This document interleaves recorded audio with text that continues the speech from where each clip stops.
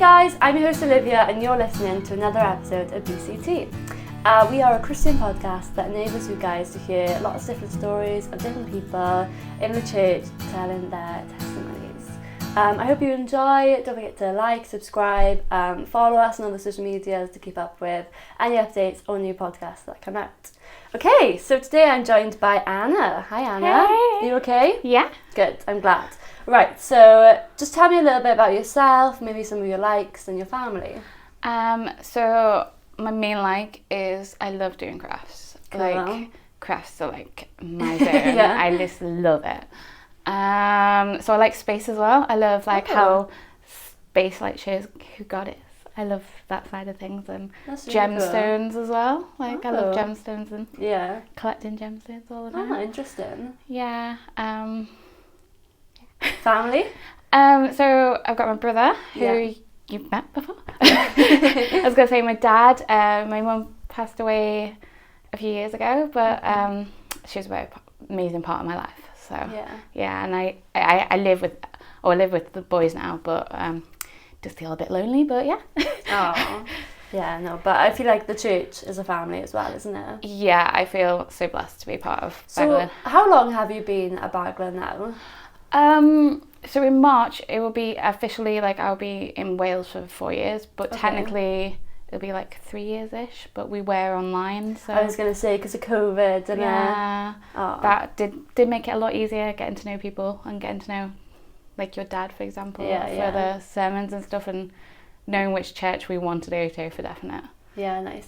So did you feel when you came to the church for the first time, were you like, whoa, this is really different to how it was shown online, or was it pretty similar? No, it was,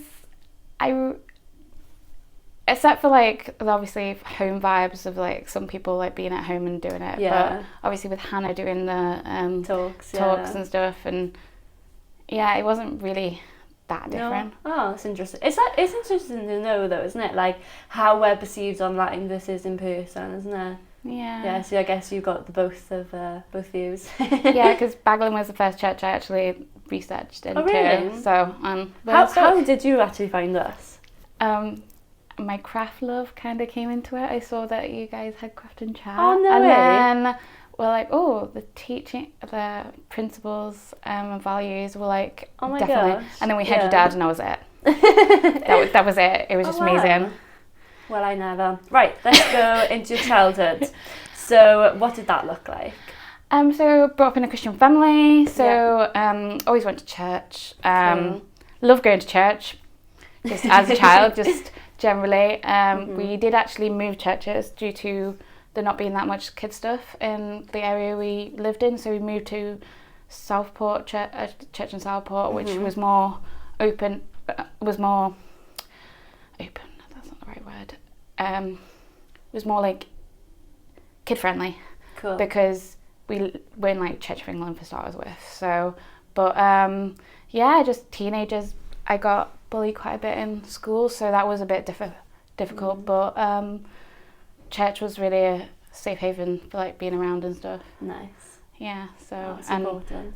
obviously with my mum and dad and Jarvin, and even though you went down to Cornwall for quite a long time and abandoned me. No, joking. No, didn't really abandon me. Don't tell myself that. But no, it was always really good. Having lovely family holidays in North Wales, actually, not South Wales. We never actually probably went to South Wales, so.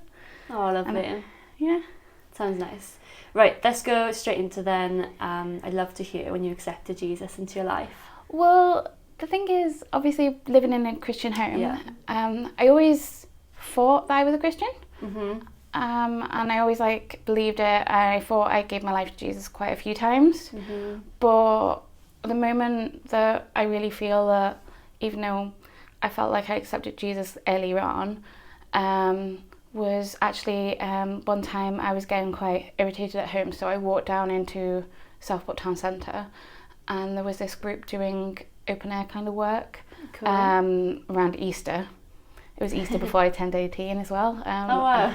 And I bumped into somebody that I used to know, and then he said he was with them, and then I had the impact of what Jesus did on the cross for me, which grew up in Christian family is like automatically you hear it, but it didn't like sink in. It's like head knowledge, not heart knowledge. So, and I don't know exactly the words I said, but I definitely realised that I wanted to make a difference. Like Jesus was in my life at that point, so that was around about before I was 18. So I don't know how long ago that was.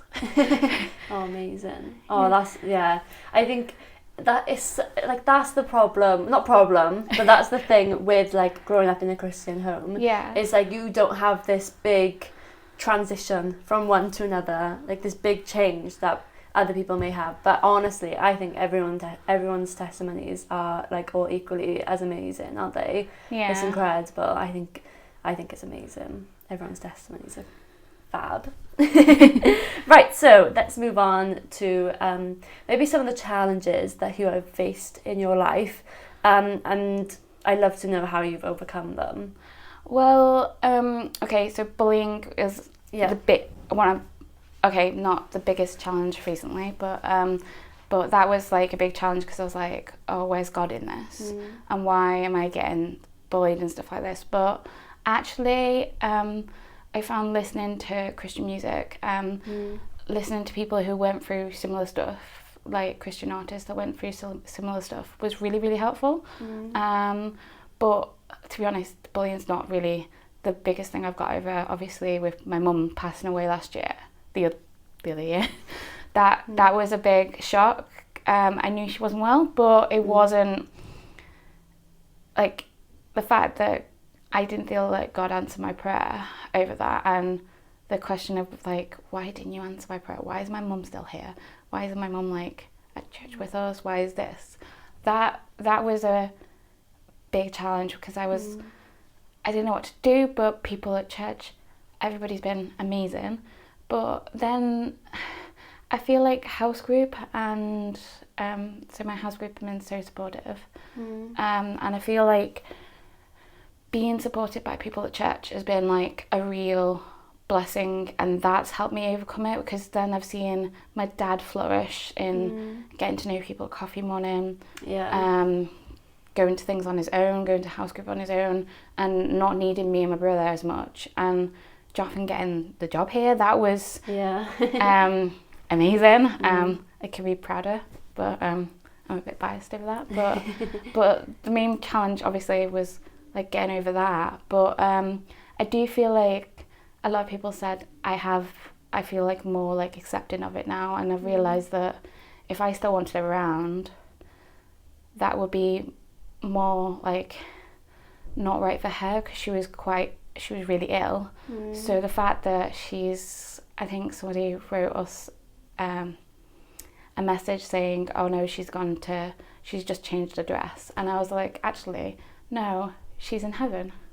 That's where we all want to aim for.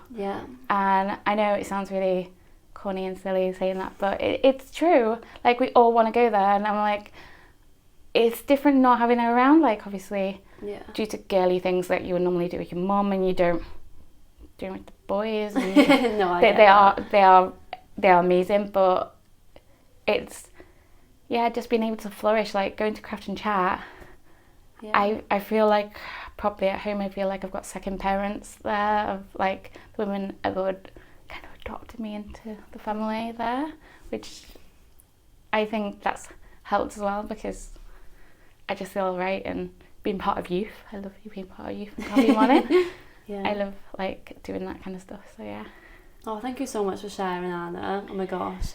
I think losing someone who's that close to you is one of the hardest things, but you speak so well about it, and just because you know where I'm not crying is just because you know where she is, and I mean, heaven is so much better than earth, isn't it? So half of me just feels like wanting to join her. Not yet. We want you here. You want you here. Not yet. I'm not going yet. Thank you so much, Anna. Is there any advice you want to share to our listeners before you go?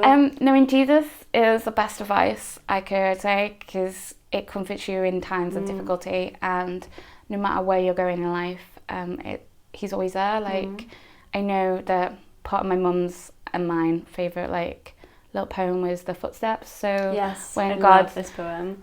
So when we're going through our toughest time, there was only one set of footprints, and the person was like, "Oh no, God, why you left me?" But God was like, "No, I didn't leave you at all. I was carrying you." And I think that is so true without a doubt. In life, God always carries us through the hardest times in our life. Yeah. So yeah, that would be the best advice I can give. Right, one last question before you go. I'm just wondering, are there any Bible verses or Bible passages that really help you through difficult times?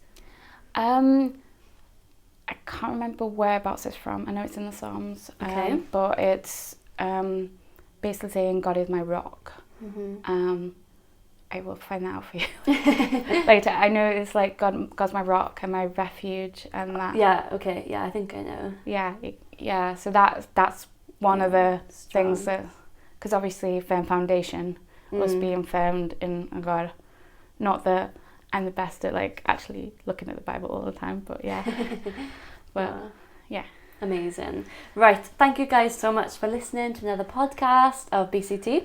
Let us know what you thought of this episode and maybe some topics or themes or questions that you want to be discussed in further episodes in the future. You can follow us on all the social media platforms to keep up with any updates that we may have. Bye for now. Bye.